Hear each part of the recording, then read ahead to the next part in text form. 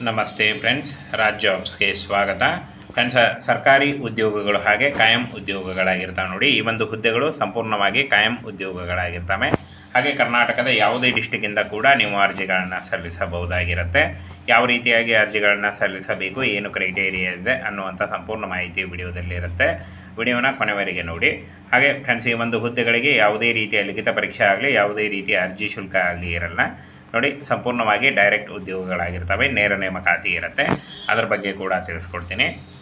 ಕಾಣಿಸ್ತಾ ಇದೆ ನೋಡಿ, ಹುದ್ದೆಗಳ ಹೆಸರು ಸಹಾಯಕ ಮತ್ತು ಎಲೆಕ್ಟ್ರಿಸಿಟಿ ಮೀಟರ್ ರೀಡರ್ ಹಾಗೂ ಬಿಲ್ಲಿಂಗ್ ಮತ್ತು ಕ್ಯಾಶ್ ಕಲೆಕ್ಟರ್ ಉದ್ಯೋಗಗಳಿಗೆ ನೇಮಕಾತಿ ನಡೀತಾ ಇದೆ. ಒಟ್ಟು 2000ಕ್ಕೂ ಅಧಿಕ ಉದ್ಯೋಗಗಳಿದ್ದಾವೆ ನೋಡಿ. 2000ಕ್ಕೂ ಅಧಿಕ ಉದ್ಯೋಗಗಳಿದ್ದಾವೆ. ಇನ್ನು ಆನ್ಲೈನ್ ಮೂಲಕ ಅಫಿಷಿಯಲ್ ವೆಬ್ಸೈಟ್ಗೆ ಹೋಗಿ ನೀವು ಅರ್ಜಿಗಳನ್ನು ಸಲ್ಲಿಸಬಹುದು. ಅಫಿಷಿಯಲ್ ವೆಬ್ಸೈಟ್ನ ನೇರ ಲಿಂಕು ವಿಡಿಯೋ ಡಿಸ್ಕ್ರಿಪ್ಷನ್ ಬಾಕ್ಸಲ್ಲಿ ಇರುತ್ತೆ ನೋಡಿ. ಫ್ರೆಂಡ್ಸ್, ಆಯ್ಕೆ ಪ್ರಕ್ರಿಯೆಯನ್ನು ನೋಡೋದಾದರೆ ನೇರ ಸಂದರ್ಶನ ಇರುತ್ತೆ. ಯಾವುದೇ ರೀತಿಯ ಲಿಖಿತ ಪರೀಕ್ಷೆ ಇರಲ್ಲ, ಯಾವುದೇ ರೀತಿಯ ಅರ್ಜಿ ಶುಲ್ಕ ಇರಲ್ಲ ನೋಡಿ. ನೇರ ನೇಮಕಾತಿ ಇರುತ್ತೆ. ಇನ್ನು ಸಂಬಳ 20,000ದಿಂದ 60,000ವರೆಗೆ ಪರ್ ಮಂತ್ ಸ್ಯಾಲ್ರಿ ಆಗಿರುತ್ತೆ ನೋಡಿ. ಕಾಯಂ ಉದ್ಯೋಗಗಳಾಗಿರ್ತವೆ. ಈ ಒಂದು ಹುದ್ದೆಗಳು ಸಂಪೂರ್ಣವಾಗಿ ಕಾಯಂ ಉದ್ಯೋಗಗಳಾಗಿರ್ತವೆ. ಇನ್ನು ವಯೋಮಿತಿಯನ್ನು ನೋಡೋದಾದರೆ 18ರಿಂದ 44 ವರ್ಷದ ಒಳಗಿನವರು ಅರ್ಜಿಗಳನ್ನು ಸಲ್ಲಿಸಬಹುದು.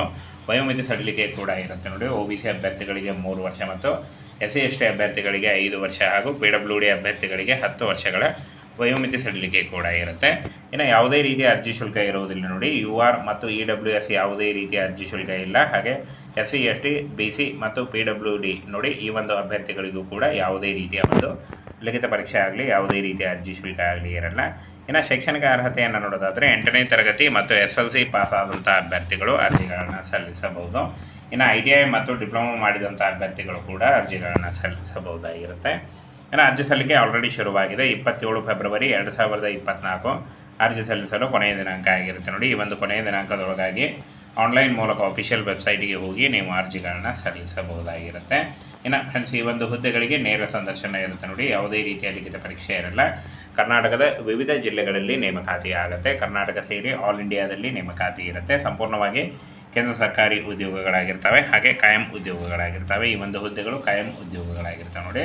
ಸಹಾಯಕ ಮತ್ತು ಎಲೆಕ್ಟ್ರಿಸಿಟಿ ಮೀಟರ್ ರೀಡರ್ ಹಾಗೂ ಬಿಲ್ಲಿಂಗ್ ಮತ್ತು ಕ್ಯಾಶ್ ಕಲೆಕ್ಟರ್ ಉದ್ಯೋಗಗಳಿಗೆ ಹೊಸ ಸೂಚನೆ ಆಗಿರುತ್ತೆ. ಇನ್ನು ಫ್ರೆಂಡ್ಸ್, ನೀವು ಈ ಒಂದು ಖಾಲಿ ಉದ್ಯೋಗಗಳಿಗೆ ಆನ್ಲೈನ್ ಮುಖಾಂತರ ಅಫಿಷಿಯಲ್ ವೆಬ್ಸೈಟಿಗೆ ಹೋಗಿ ಅರ್ಜಿಗಳನ್ನು ಸಲ್ಲಿಸಬಹುದು. ಅರ್ಜಿ ಸಲ್ಲಿಸುವಾಗ ಆಧಾರ್ ಕಾರ್ಡು ಮತ್ತು ಲೈಟ್ ಬ್ಯಾಕ್ಗ್ರೌಂಡ್ ಇರುವಂಥ ಒಂದು ಫೋಟೋ ಬೇಕಾಗುತ್ತೆ, ಪಾಸ್ಪೋರ್ಟ್ ಅಳತೆ, ಹಾಗೆ ನಿಮ್ಮ educational documents, caste income certificate ಇಷ್ಟನ್ನು ತೆಗೆದುಕೊಂಡು ನೀವು ಆನ್ಲೈನ್ ಮೂಲಕ ಅಫಿಷಿಯಲ್ ವೆಬ್ಸೈಟಿಗೆ ಹೋಗಿ ನೀವು ಅರ್ಜಿಗಳನ್ನು ಸಲ್ಲಿಸಬಹುದು.